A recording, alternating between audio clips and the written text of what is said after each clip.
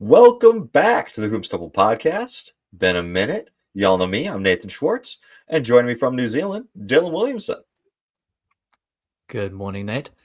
And as soon as we start the podcast, the lag in the internet appears. So, Oh no. I'm excited to for my tiny brain to match up the movements of your mouth and the sound of your voice. Would it surprise you if I told you I've secretly been taking ventriloquism classes so that way I could make that even more difficult for you? Dude, you fucking got me. You and everyone else in my life, I'm not actually losing my mind. It's that you've all been taking ventriloquist classes. Yeah.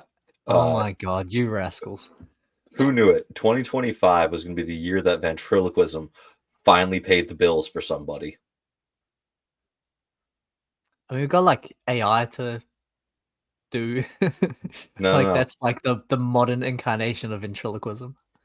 There's a nice Italian man who is teaching ventriloquism classes online that's finally paying his bills with his craft. Nobody believed in me, but Giuseppe's in the green. Speaking of being in the green, you've told me off air that you've become addicted to sports gambling recently.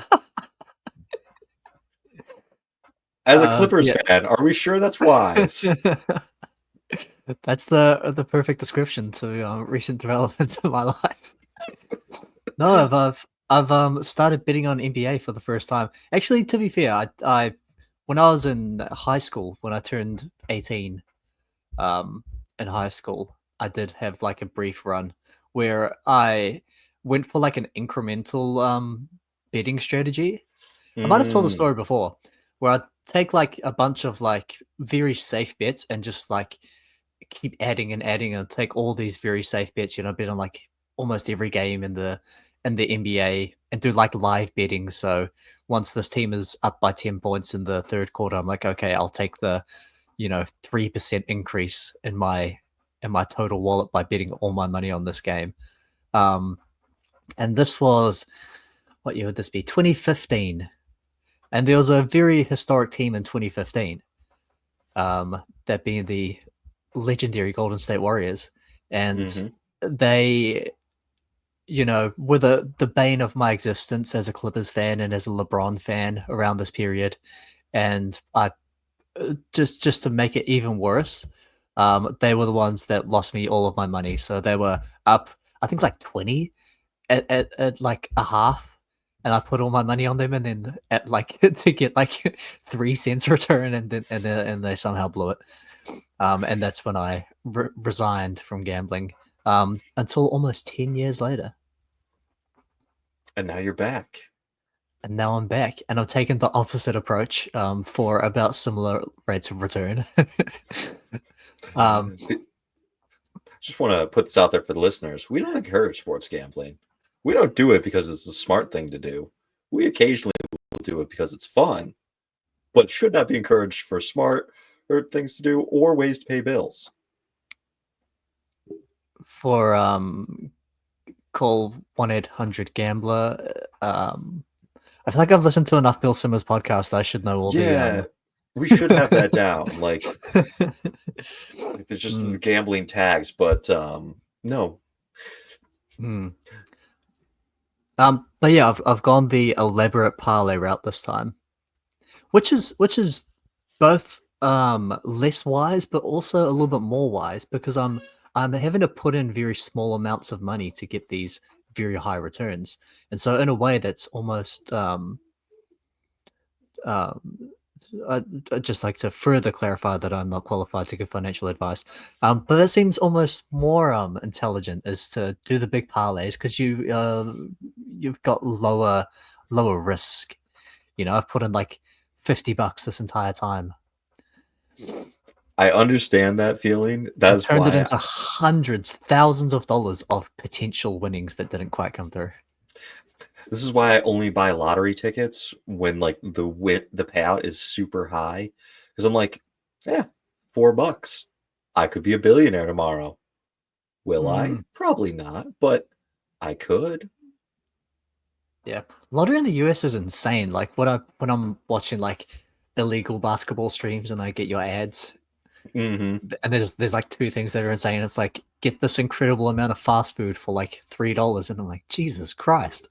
And then the lottery is like, get your $4 lottery ticket to win $1 billion. It's like, wait, I billion? Yeah, I hate to tell you this, but the fast And food it's like a prices have state one. gotten way too high. Yeah. Oh, and they're lying to you, right? Because you've got to like manually calculate and add your own taxes. So when they're like, get this massive burger for $2, it's not actually. Hmm.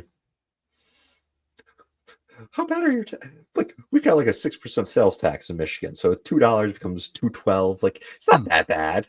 It's not. But okay, I've got some. But it's a mystery. You can't do that math in your head. You just gotta. I just did. A It's $2 surprising. burger is $2.12. I know how to count by sixes because I lived in Michigan for so long. Damn.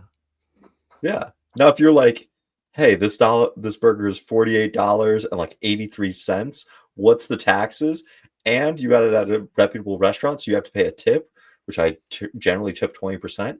It's going to take me a few minutes to figure out the taxes and tip off the top of my head, but I'm going to get there.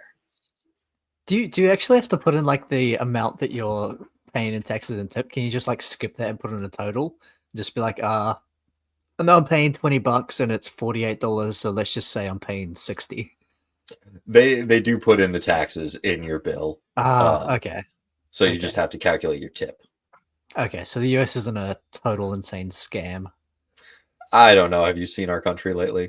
What do you mean? It's doing great. Comedy's back. Yes, it is. All right, we got to talk some actual hoops here.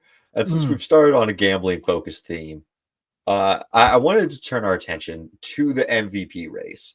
I know we're a little bit early, and I know it's going to eventually bother everyone that all the discussion for the next 2 months is good. Well, month. Yeah, not even 2 months. That's just a month left of the season. It's going to be about who's going to win the MVP. We've got two excellent candidates, and you know they're excellent because people are both saying like, "Hey, how can this guy not be MVP?" For two different guys. One of which is Shai Gilgeous-Alexander, who is averaging almost 33 points, 6 boards, 33 points, 6 assists, 5 boards on 64.5% true shooting. They and is currently on the number 1 seed in the conference. And the other guy is Nikola Jokic, averaging basically 29 points, 13 boards, and 10.5 assists per game. This is more points and assists than he has ever averaged in his career, along with his second highest rebounds per game. It's nearly a 30-point triple-double and an even better true shooting than Shai, but his team has won 11 fewer games and just lost to the Thunder this afternoon. Yeah, it's the rare double lock where two guys are guaranteed to win the MVP. Jokic taking another step forward after already being MVP and then like falling out of the MVP discussion is always insane. Do you think that's number one? First thing to get out of the way. Do you think it's voter fatigue that Shai is being discussed on par with Jokic, or do you think that Shai has just taken that much of a step forward? I think it's a combination of Shai's taking that much of a step forward and the Thunder as a team have taken that much of a step forward. Large part of the year, the Nuggets have been dealing with injuries. That's not different than most teams, but the Nuggets weren't in this position where they're a top, I don't know what their top 3 seed is right now. Pull up of the standings by date from Basketball Reference. I'm pretty sure they spent a fair amount of time like as a 6 seed or lower, and that's hard to make a case that this guy is like the deserving MVP on a 6 seed. That might be overstating things a bit. They spent a little bit of time in the 6 seed. He'd range a little bit higher, a little bit lower. Now that they're 3 fighting in that out, like it's less of a detractor for Jokic's case. But I really just think how good the Thunder have been. You now have a best player on best team scenario versus versus a best player on like the fourth best team in the league type scenario. And you've also got the classic factor of the Derrick Rose MVP case coming in, where we're gonna give the MVP to the guy because his team's so good, but the reason that his team is good is because they're like the best defense of all time. True, but they're also the best defense of all time, with him being a very good defensive player and them missing several of their key defensive pieces. Hartenstein missed this time in the early part of the season. Chet Holmgren missed time, him in the middle of the season.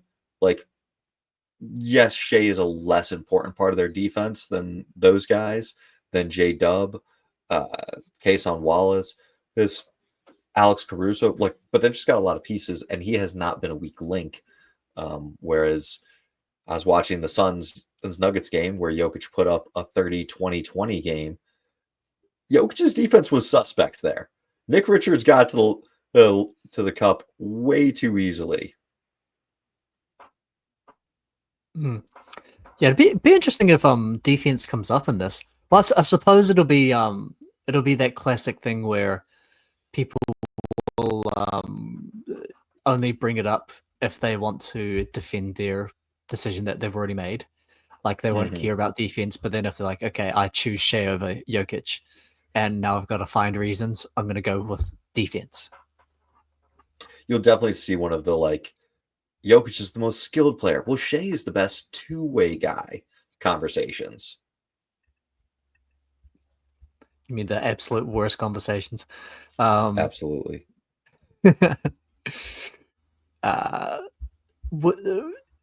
Do you think would give Jokic a little credit for having the higher offense? I mean, the surrounding. To be fair to both of these guys, they are kind of pulling quite a heavy load. Like the surrounding talent for both of these teams is like not elite offensive players. Do you think who do you think has the better offensive surrounding cast? Like J-Dub's probably the better offensive player, although Jamal Murray has figured out how to shoot again recently. He's finally gotten in shape. But like neither of them are stacked with great supporting talent offensively. I've felt like J-Dub is kind of going to be the weak link on this team's title hope, most because the Thunder do try to go with him to initiate the offense when Shea is out. How can you play through him? And I think that's a lot to ask for him in this playoff run. For the Nuggets, Murray is much better at that when Murray's healthy. Murray just hasn't been there for a ton. Like Murray's been in and out. But so I don't know. I think Jokic can make guys look a lot better. So like missing some guys really helps. You know, if Shea doesn't have anyone else cooking for him, he's just got to take it over, which is why he's been on my 50-point scale 4 times and had to rate 4 of his 50 pieces this season. Like it's a different dichotomy. But like even a week ago, I was like, yeah, I think this is Shea's MVP. And then as Denver has continued to play really well, and Jokic just being Shaq-like it's Shaq meets Magic Johnson. What a weird combination of a player. I never get tired of saying that. Yeah. But at this point, who are you taking?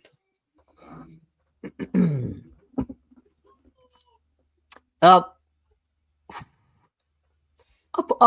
probably go with. I think I'll go with Jokic.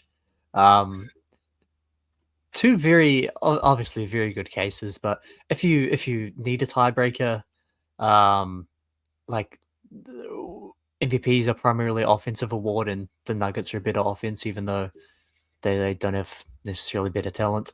Like you said, Shea has an incredible ability to take over a game himself from a scoring perspective and just get 50, whereas Jokic takes over a game by getting everyone else 15. and I think in a way that is slightly more valuable. Um, and so yeah, the fact that they're a better offense, the fact that he's more of a overall offensive contributor, even if he isn't the individual scorer, he isn't as an unstoppable of a one-on-one get a bucket guy, and for his position as a much inferior defender, I'm still going with the guy that's the best player in the league. If you need a tiebreaker, there it is. We started this segment off by talking about your gambling habits. Are you sure you don't want to go with LeBron James, who's 500 to 1? Can I parlay that with the Lakers getting the 2 seed? I'm sure you could. No, my app that I use doesn't give me MVP. Oh man, you gotta get a better app. Maybe.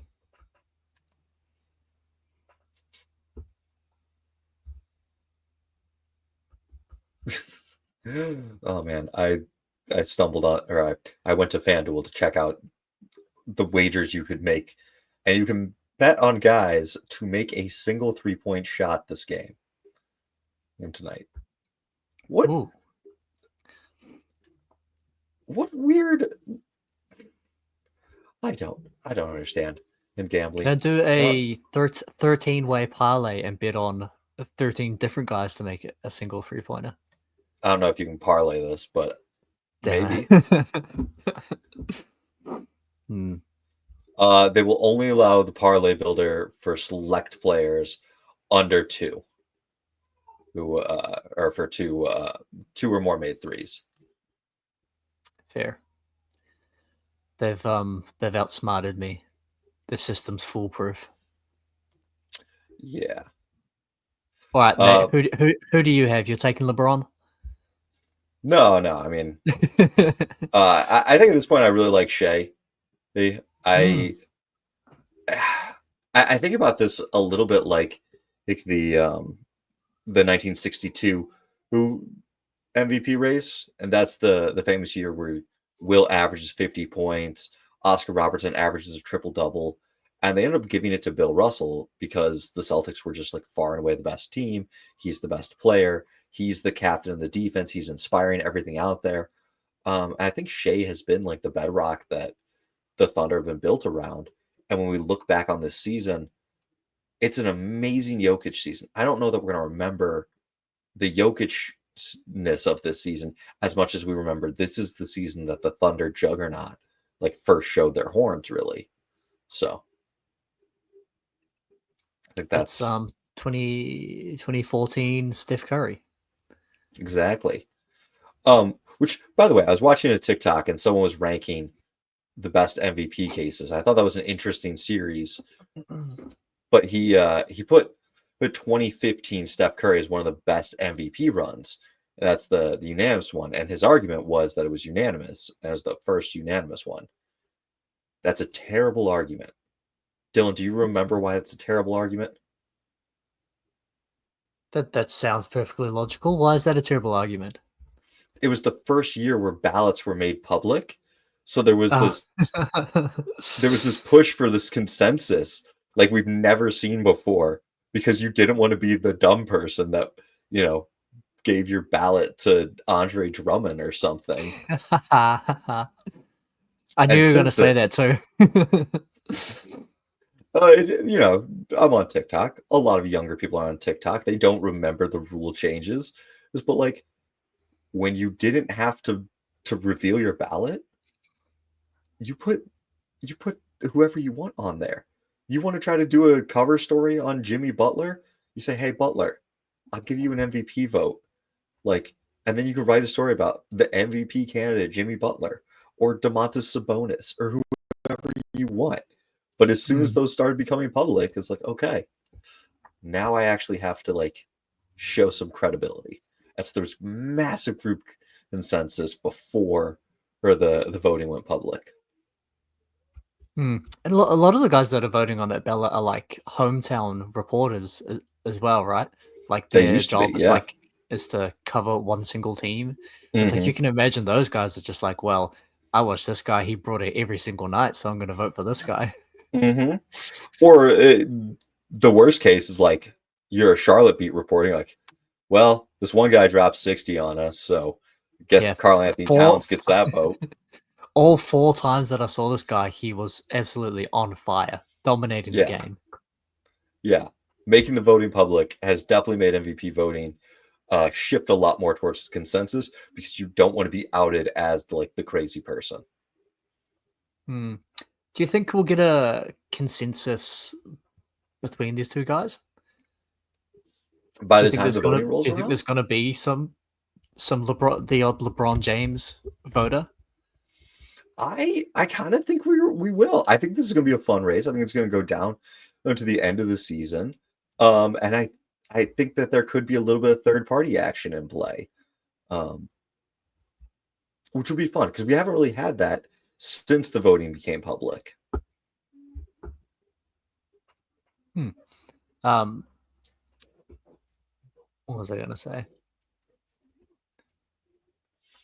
Oh, the LeBron case is probably made worse by the fact that he's now out. Yes, That might although sink his 3 first place votes in MVP. I did put this together or before when I was prepping for this pod, but LeBron and James is out for 1 to 2 weeks. The Lakers, since trading for Luka Doncic, are plus 5 points per 100 possessions with both LeBron and Luka on the court. With LeBron on the court and Luka off since the trade, the Lakers are negative 1 point per 100 possessions. With Luka on and LeBron off, 108 minutes, they are positive 19 points per 100 possessions. Is this maybe a blessing in disguise? Let LeBron get some rest, let Luka cook, and then come back with a fresh, ready to go LeBron James for the playoffs. There actually is a possibility that that's correct. Like normally, I'd hear that argument and be like, "No, that's fucking stupid."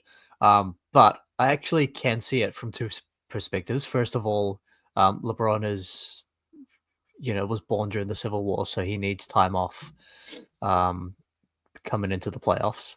And secondly, the one thing that I don't know if everyone realizes is that the Lakers, since the Luka trade, have been succeeding entirely because of their defense. Um, they have not been a good offensive team. They've been below average offensively, um, since the Luka trade.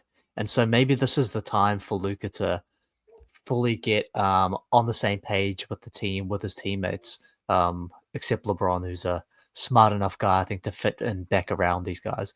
But maybe this is the time for Luka to finally figure out the offense and get to a more sort of pushing top 10 kind of level. I mean, Dallas are 12, so you'd hope that the Lakers could get to somewhere in the sort of 10 to 15 range, instead of being in the 17 to 20 that they've been in.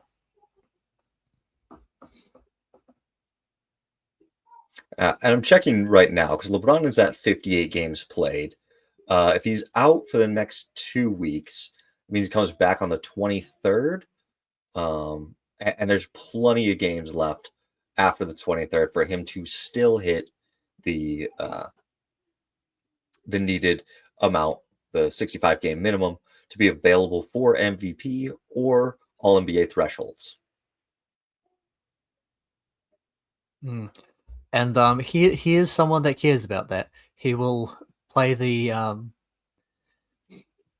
what is it, 14 minutes or whatever it is to qualify if he needs to. Well, the Lakers have the last game of the season against the Portland Trailblazers. If there's any questions about his awards or whatnot, that could be a bloodbath, or it could be a 5 minute stint, like you said. But if he's really trying to make a strong case to end the season for awards consideration, watch out, Portland. Mm. Um, I think the seeding in the West is going to get really close around that sort of top 4. top 5 kind of range. We've got like the Lakers at 40 wins, Denver at 41, Memphis at 39, Houston at 39, Golden State and Minnesota a little bit back, but Golden State's been figuring some shit out, 7-1 in their last 8. So every game could matter. I'm a little bit worried about Houston. Falling off? Exactly. Or passing you? No, falling off. The Warriors are 7-11 over their past 18 in games. Basically January 30th. They've really been struggling. They've also been missing guys. Thompson has been in and out. Van Vliet has just been gone. Minnesota has been on. They're undefeated in the month of March. That's only 4 wins, but still, well, 4 wins is 4 wins. Golden State has been really good since adding Jimmy Butler. Maybe these 2 teams could sneak in there and knock Houston down to the 7th seed. Man, that's brutal. You can be this good all year and then end up with the 7th seed. Their point differential is projecting them at 53 wins, which actually, what would that even be? The 1, 2, 3, 4 seed. 5 teams in the West projected at 51 wins or over, and that's excluding the Lakers, who are probably would have a higher projection based on their recent point differential. Yeah. West is bonkers, man. It's pretty easy. One of the things I wanted to discuss with you is this incredible run from the Lakers, and whether you think that it is entirely sustainable. Do you think this is an established level of play, or do you think there's they're gonna fall down to earth a little bit? Or, like I was saying, with the offense could even improve and they could get even better. So I think there's 2 ways to have really good defenses in the regular season. You can build your defense around a strong defensive anchor, or like a Rudy Gobert, and drive everyone to him. Or you can play a really switching defense where you're just kind of counting that the other team is not going to break what they're doing to target your weakest link time and time again. Like, over the course of the regular season, teams want to establish their own offense. How do we play? What are our strengths? When you get to the playoffs, though, that kind of flips. And what I've seen from the Lakers is they've done a really good job employing some switching and really trying to focus on keeping their best 2 defenders, Vanderbilt or Dorian Finney-Smith, involved in the plays. I think that's going to get a lot harder, and we started to see it against the Boston Celtics last night, where Tatum and Brown were initially always picked up by Finney-Smith and by Vanderbilt. They started running some actions and getting Luka more involved. They started targeting Luka, who was guarding Al Horford in the corner. I think the Lakers defense is going to be strong enough to make it through the rest of the regular season. They've got that high floor of just being able to switch everything and playing a bunch of versatile wings. And Luka and LeBron are versatile. Austin Reeves is not like a tiny guard. You don't want him guarding bigs, but there's not a ton of like true bigs that are going to take him in the post and punish him. So it's a high enough floor, but I do worry about the ceiling and how that's going to translate in the playoffs when teams can focus more on their offense to trying to attack some of the weak points in a switching strategy. Interesting, but you're confident in the regular season defense. Yeah. I mean, if you're going out there trying to run your sets, trying to get your guys involved, like it takes active coaching to transition and make switches away from that game plan, which I think is difficult to do during the course of a regular season where teams are, not practicing a ton, and the practice time they do get, I'd rather, if I was coaching a team, I'd rather instill like my team's plays or my team's focus than, okay. Yeah, them focusing on one single game that's coming up. Yeah. So you're able to get by. And like, that's why you see, That's why you see Rudy Gobert be such a good defensive player in the regular season, and then his team struggle in the playoffs because when you can try to scheme for him, the team has had one defensive scheme their whole year. They haven't been able to flex out of it. And I don't love the idea of Jackson Hayes being the defensive rim protector in the playoffs, and I like it could be Jameson even less. So yeah, you where can we're really at. see a game where Jackson Hayes starts and has 5 minutes total play time. I don't know what the Lakers' deal is, but our last three centers have all been New Orleans Pelicans cast-offs. I mean, we got Anthony Davis from felt like a steal. Then we got that Jackson Hayes was like, okay, this is a reclamation project. And then Trey Jameson was like, wait, the Pelicans don't have any centers on their lineup and they cut this guy. And we're like, let's give him a go. Explain to me what's going on here. I just don't get it. Hey, Kelly Olynyk, the next man up. I would have loved Kelly Olynyk. That would have been He's better than Jackson Hayes. he can space the floor. That's got to count for something. Yeah, like I'm a as you know, a Lakers hater, and so I'm predisposed to have a pessimistic view on the Lakers. And so like part of me seeing the Lakers win all these games with purely off of their defense while the offense has been trash, and know that they have two good defensive players on the entire roster. And then combine that with the way that they're doing it, which if you look into their numbers, if you look into their opponent's shot profile, and the four factors, they're not good at really anything. They're fouling more. They're not rebounding that well. They're not forcing a bunch of turnovers, although I think they are decent at forcing turnovers. But not elite. The only way that they're succeeding is that opponents are missing a lot of shots. And if you look at, go into the shot profile, where are these shots coming from that they're missing? Why are they missing so many shots? And it's that they're just missing a bunch of threes, and a bunch of mid-range jump shots, while not being forced to take that many. And so the Lakers' strategy, which has worked excellently so far, is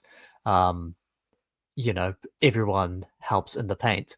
You can get around having no rim protector at all when there's three guys that are in the paint in your way, and all of them like with decent size. Like there's no one that's really a strong rim protector, but there's a bunch of guys with length.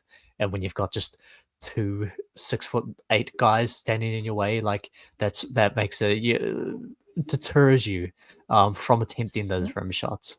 And so they're giving up a lot of threes, and opponents just aren't making them. Now, I do think that there is another aspect of their defense, which is maybe less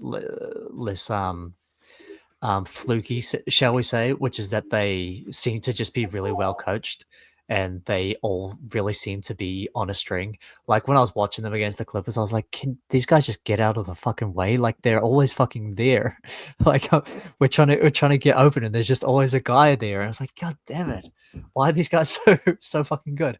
And so I think that coaching from JJ Redick, the defensive expert, the defensive maestro JJ Redick, is a big reason that the defense has been able to succeed, and that is maybe more sustainable.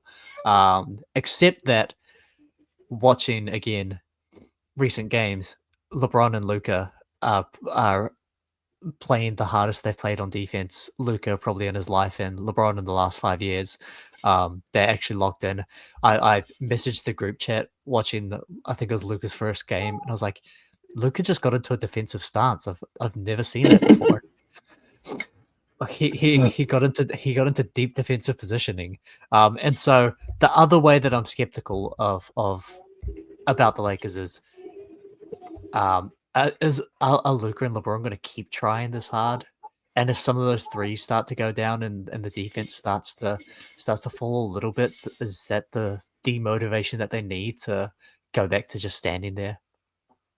I think it might. But I do think the Luca and LeBron trying hard is not is not like a blip. Luca played really hard for defense to get through the Western Conference in the playoffs last year.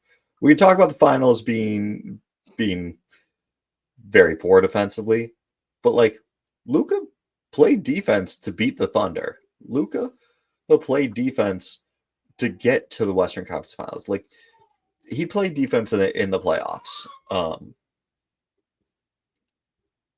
He's not great at it. James Harden couldn't cook him. He played hard against the Clippers as well. And James Harden just dropped 50 points on a Thompson brother. Even though he's easy to guard. Yeah. Did you watch that Clippers game? No, actually, I didn't watch that one. Okay. Since it was against the Pistons, I had a 3-day blackout, so I just watched it this morning, despite the fact that it was played on Wednesday. Harden dunked. Well, first off, he had a drive where he gets rim stuffed, and just like I think he got pushed from behind, and but he tried to dunk and just couldn't quite get there, and I was like, man. Like he's feeling it, the fact that he's going to try it, and then near the end of the game, he dunks again. Like he actually gets it to go down, and he does like, oh no, like I got up so high, I've got a nosebleed, type thing, and I was like, that is the dumbest celebration. That's what like, he's bringing it back. They're like, he's bringing it back from Houston. I'm like, oh my god, he's done this before. This is the dumbest. Like. I didn't even realize. I thought the ball hit him in the face. No, it's. I got so high, the altitude caused me to have a nosebleed. Oh my god! Yeah, just terrible stuff. But the announcer had an amazing call on one of Harden's drives to the basket.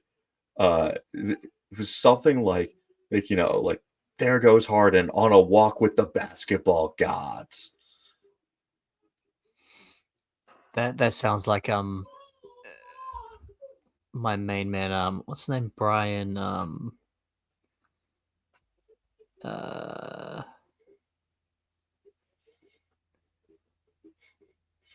don't know if you can call him your main man if you got that long of a pause between your my main man Brian something. I've forgotten his name. This has never happened to me before. Brian Seaman. Fitting. One of the great NBA play-by-play announcers. I love the fact that his name is Seaman and he's doing the games for the Clippers. I feel like that's a fitting thing. Like, I can't see any connection. The Clipper is a boat. The Clipper's a boat. Yeah. Yeah. Yeah, get your mind out of the gutter, people. Yeah. It's spelled differently, but nice. That was good. All right. Well, another interesting thing happened this week. Dylan, can you name the two Celtics that scored 40 points in the same game? Would that be Derek White and Peyton Pritchard? It is indeed. And so I have in my show notes to ask you, is Peyton Pritchard nice or is he good? That's an interesting question. I'd probably pick him for Sixth Man of the Year. I think at this point that's closer to being earned, yeah. It's also impressive that he literally never starts. So like most guys are they're the sixth man, and then when the starter misses a game, they come in and they start the game. But Peyton Pritchard just straight up comes off the bench for every single game. Even when he's dropping 40, he's coming in off the bench. And so yeah, I think I'll pick him for my six man of the year. Is he good or is he nice? Is a interesting question. I think for this role that he's in of a bench scorer, he is good. Would I want him as a every game starter? Probably not. See, that's where I've been in, and that he's like, yeah, he's nice, he's good for his role, but like, is he actually good? And watching him drop 40, um, and yeah, it's all threes, well, not all threes, what was 9, 10 threes, um, but like, I don't know. I started looking at the Celtics ages and been like, okay, well, Horford's aging out of this thing. Drew Holiday is 34. He's going to be on contract for a while, but like he's already needing to take the games off. White is 30. Like Pritchard was older than I thought. Pritchard is 27.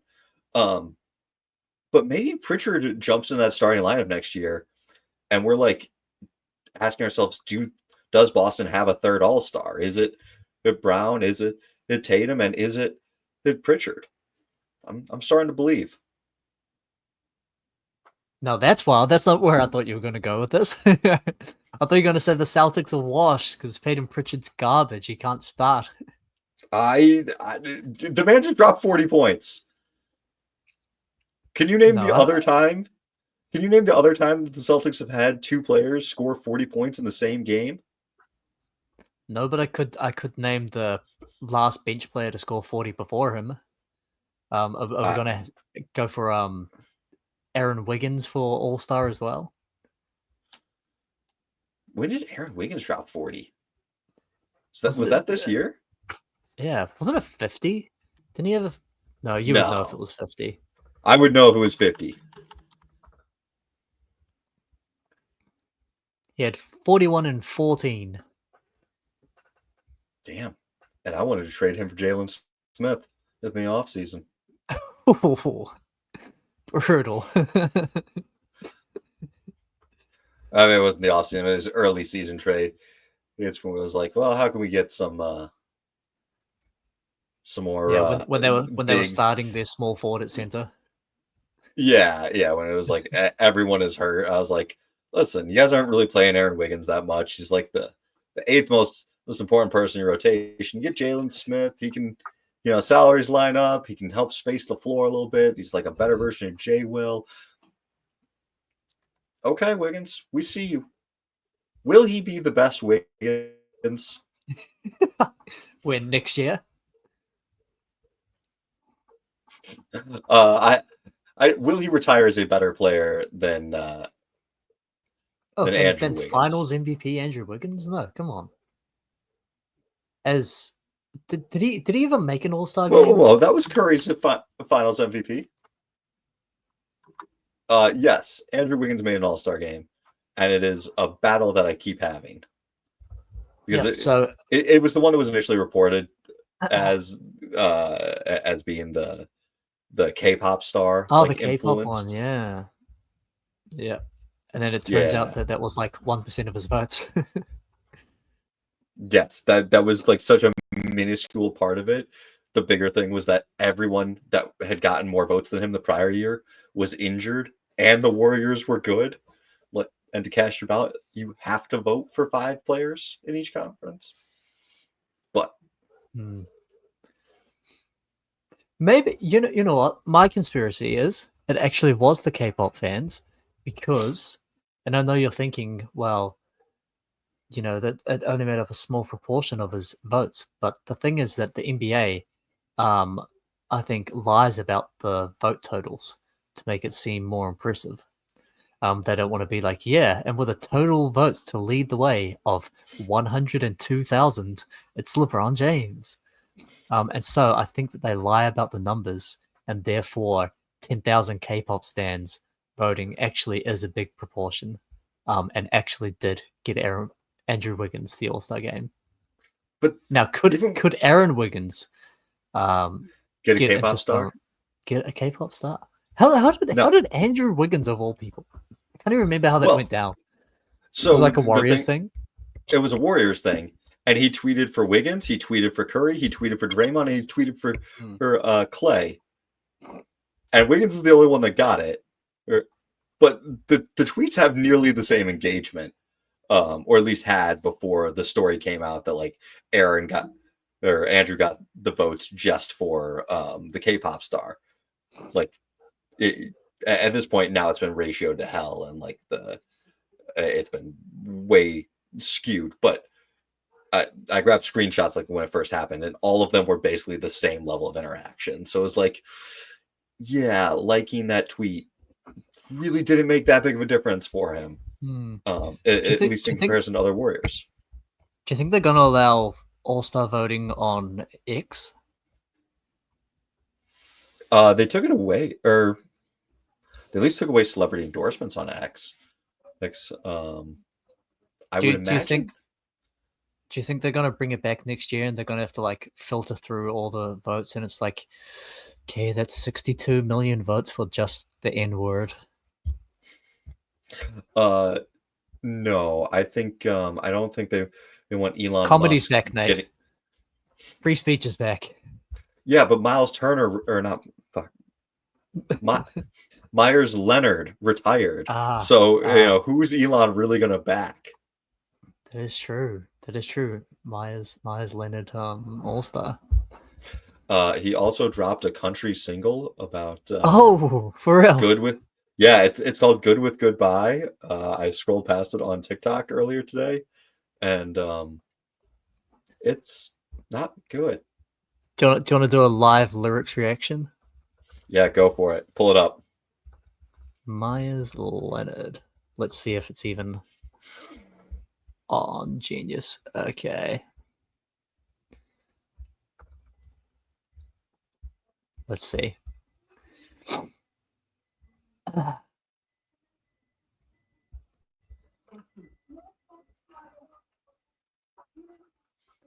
you listening to it? No, I'm just struggling to find the lyric. Such a, I don't know, man. This sounds like it's going hard so far. I was a little boy in Illinois, shooting socks into a bin, dreaming of the NBA, while the clock counts down from 10. City Park lights on summer nights, just the hoop and me. I'll always love that 2010 team. Man, we made history. That's kind of beautiful. I'm also glad that he didn't do the thing that all other people who are suffer negative consequences from their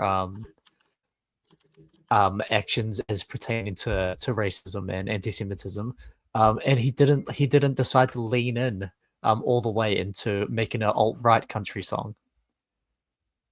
He didn't make a anti-cancel culture country song. He just made it about hoops. That's fair. That is fair. Oh no! Wait, does it get to that? I lost everything I'd ever known. Is he going to get to it? No. Damn! I saw that final verse. I've lost everything I've known. I was like, oh my god, is he gonna do it? Is he gonna lean into the alt-right?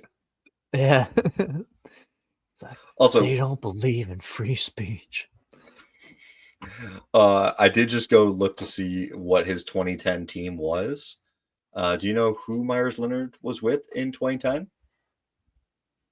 In 2010, making history. Mm-hmm. I mean, he had to have been in the Blazers that made the conference finals. Nope, he was in high school. That was like 2015. Oh yeah, I was thinking like college. Shout out to the high school team. Well, he's going through the story of his life. Okay, he's going back to his childhood, and then he fast forwards to his years in the NBA, and those 2 years at the U of I. Man, they flew right by. Is that actually a line? That is. Oh my god. Dylan, I think what we need to do is just get into lyric writing for players' retirements. This does not seem that hard. Should we make a country song for all NBA all NBA metas. I think what we should do is make a breakup song for Luca and Dallas. I mean, they've already leaned in. Jordan Brand has already done the "All My Exes Live in Texas." Yeah, It's such a hard song Yeah. too. I love that song. What was it? GTA San Andreas. What was that? I have no idea. You weren't a GTA guy. No, I'm Oh my exes. I'm particularly lame when it comes to music. Like if it's not like pop punk that was probably over 10 years old, or at this point probably over 20 years old, like I don't know it. Yeah, a dude from work yesterday. I heard like coming over from where he was at. I heard some music, and I was like, "Wait, is that Dear Maria? Count me in. What's going on here?" That is on my playlist. That no, I've got like You're my pop you're a punk 28 playlist. you're a 28-year-old man in a tie right now. Like you can't be listening to Dear Maria, Count me in at work. I have my pop punk playlist, and Mhm. I was listening to it with a buddy, or this is years ago, just driving around, and Red Jumpsuit Apparatus Face Down in the Dirt came on, and this guy plays music, and he's like, "Oh yeah, we did a show with Red Jumpsuit." I'm like, "How the fuck did you do a show with Red Jumpsuit?" And he's like, Paula. "They haven't put out good music in how like they're just playing Anyone can. You could probably open for them. He's like, also, they're complete douchebags, and like Oh, awesome. they suck. And I was like, oh, Mm. I'm gonna take this song off my my playlist now. Isn't that the thing with like pretty much all of that kind of music? For some reason, the douchebags gravitate towards making it. I mean, pop punk could lend itself to that, but that is my genre, and I will defend it. All right. At this point, we've strayed So pretty far from basketball. You got yeah, more I NBA was takes? no, I was gonna say we've got performance issue. The tab of the Myers Leonard looks is for some reason consuming my entire RAM. Um, they're probably installing copious amounts of viruses. So shout out to lyricsondemand.com. I was going to say we've been going for 50 minutes. Yeah, 1 hour is sort of a good time limit. Should we spend this next 10 minutes writing a Luca breakup song? Off air, sure. We'll come back and perform it at some Okay. point. All right. It's been a great pod. You can email the show hoopstemple@gmail.com. Love to hear from you guys. Dylan, any pluggables? No, come and look, guys. With the difficult times that we're in, and my own personal unreliability, the only way to get every podcast is that you have to subscribe. So if you're not already, subscribe, and then it will pop up in your feed. You don't need to come looking for me, okay? Exactly. Great. Good having you here. Thanks for listening. See ya.